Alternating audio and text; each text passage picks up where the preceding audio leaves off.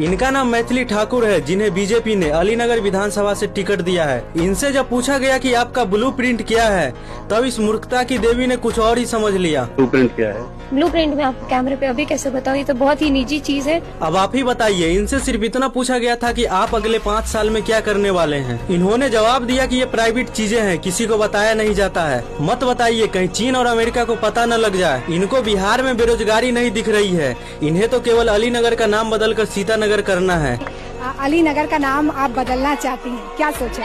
यही ख्याल है कि सीतानगर हो जाएगा ये। बीजेपी पार्टी तो ऐसे ही उम्मीदवार को खोजकर टिकट देती है जो रोजगार की बातें न करे, केवल धर्म की बातें करे और मंदिर मस्जिद करके लोगों को मूर्ख बनाए। बीजेपी का कोई भी नेता रोजगार के नाम पर वोट नहीं मांगता है, क्योंकि इन लोगों ने तो रोजगार दिया ही नहीं। ये केवल धर्म के नाम पर वोट मांगते हैं। 850 करोड़ रुपए से सीता मैया का भव्य मंदिर बनाने की नींव